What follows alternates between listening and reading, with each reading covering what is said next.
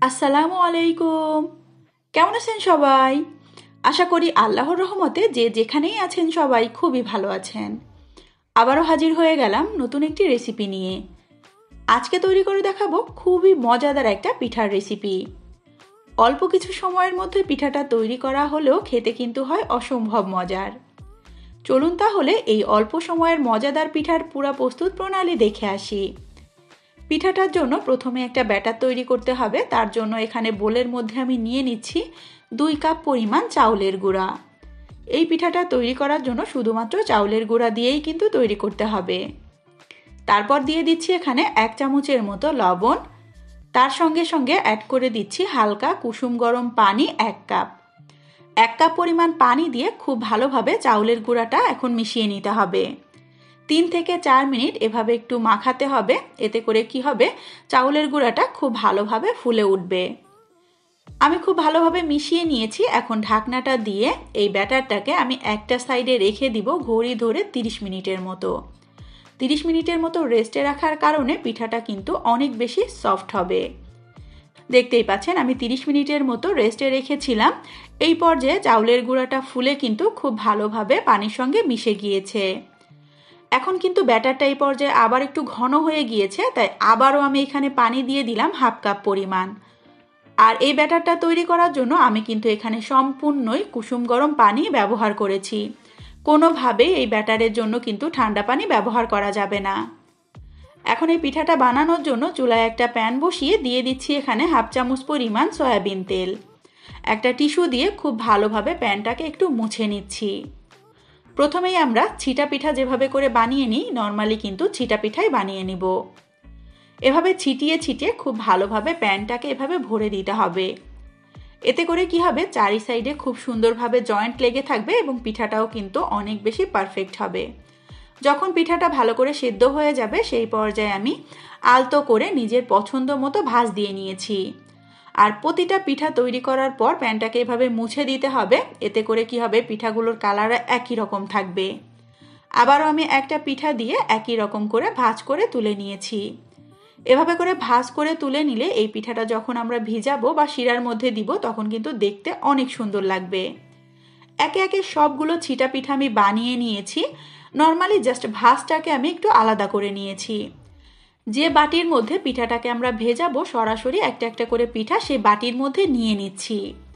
দেখতেই পাচ্ছেন এতগুলো পিঠা বানাতে বানাতে একটা পিঠাও কিন্তু শক্ত হয়ে যায়নি, একেবারে নরম তুলতুলেই রয়েছে। এখন পিঠাটাকে আমি এক সাইডে রেখে দিচ্ছি। এখন আমরা শিরা তৈরি করব। তার জন্য চুলায় একটা প্যানের মধ্যে আমি দিয়ে দিচ্ছি 3 কাপ পরিমাণ পানি। 3 কাপ পরিমাণ পানির জন্য এখানে আমি অ্যাড করে দিচ্ছি 1/2 কাপ পরিমাণ গুঁড়া দুধ।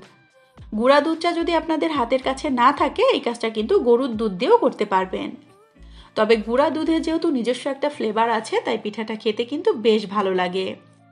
খুব ভালোভাবে মিশিয়ে নিয়েছি। এবারে দিয়ে দিচ্ছি আমি একটা তেজপাতা, তার সঙ্গে 2টা এলাচের মুখ আমি ফাটিয়ে দিয়ে দিয়েছি। তার সঙ্গে দিয়ে দিচ্ছি 2 টুকরো দারুচিনি। দিয়ে দিচ্ছি এখানে সামান্য একটু লবণ। মিষ্টি জিনিসে লবণটা দিলে মিষ্টি জিনিসের টেস্টটাই কিন্তু বেড়ে যায়। দিয়ে দিচ্ছি এখানে 1/4 কাপ পরিমাণ চিনি। আমি এখানে পরবর্তীতে গুড় ব্যবহার করব, সেই জন্যই কিন্তু চিনির পরিমাণটা অল্প করে দিয়েছি। আপনারা যদি গুড়টা ব্যবহার করতে না চান তাহলে কিন্তু স্বাদ মতো এখানে চিনিটা ব্যবহার করতে হবে। 7-8 মিনিটের মতো আমি দুধটাকে খুব ভালো করে বলক তুলে নিয়েছি এবং কিছুক্ষণ জাল দিয়ে আরও একটু ঘন করে নিয়েছি। এই পর্যায়ে চুলাটাকে অফ করে দিয়ে আমি এখানে গুড়টা মিশিয়ে নিচ্ছি। অনেক সময় গরম দুধের মধ্যে গুড় দিলে কিন্তু দুধটা ফেটে যায়, এই জন্য চুলাটা অফ করে গুড়টাকে মিশিয়ে তারপরে আবারও চুলাটা অন করে দিতে হবে। খুব ভালোভাবে গুড়টা মিশিয়ে নিয়েছি। আমি ফাইনালি একটু মিষ্টিটাও টেস্ট করে নিয়েছি। এখন চুলার জালটা আবারও অন করে দিয়ে জাস্ট একটা বলক তুলে নিব। দেখতেই পাচ্ছেন চুলার জালটা বাড়িয়ে দিয়ে আমি জাস্ট একটা বলক তুলে নিয়েছি। এই পর্যায়ে কিন্তু এর থেকে বেশি ঘন শিরা আর দরকার হবে না। এখন যে বাটির মধ্যে আমরা পিঠাটা সাজিয়ে নিয়েছিলাম সেই বাটির মধ্যে ছাঁকনিতে করে ছেঁকে আমি দুধের শিরাটা দিয়ে দিচ্ছি। ছাঁকনিতে করে ছাকার কারণে আমরা এখানে যে গরম মশলাগুলো দিয়েছিলাম সেটা কিন্তু আর পিঠার মধ্যে যাবে না।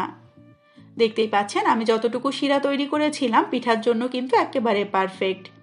ঢেকে রেখে দিচ্ছি জাস্ট 1 ঘন্টার মতো। 1 ঘন্টা পর দেখতেই পাচ্ছেন কি পরিমাণ শিরা ছিল, সম্পূর্ণ পিঠাটাই কিন্তু শিরাগুলো সোপ করে নিয়েছে। এখন আপনাদেরকে আমি একটু দেখিয়ে দিচ্ছি, দেখুন পিঠাটা কতটা সুন্দরভাবে ভিজেছে এবং কতটা সুন্দরভাবে নরম তুলতুলে হয়েছে। আর খেতে যে কতটা মজা হয়েছে সেটা তো বাসায় তৈরি করে না খেলে কখনোই বুঝতে পারবেন না। তৈরি হয়ে গেল খুবই সহজভাবে মজাদার একটা দুধ ছিটা পিঠার রেসিপি।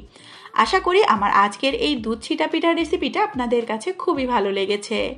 রেসিপিটা যদি সত্যিই ভালো লেগে থাকে চ্যানেলটাকে সাবস্ক্রাইব করে চ্যানেলের সাথেই থাকবেন। রেসিপিতে লাইক অ্যান্ড কমেন্ট করবেন, বেশি বেশি করে শেয়ার করবেন। ধন্যবাদ। আল্লাহ হাফেজ সবাইকে। আসসালামু আলাইকুম।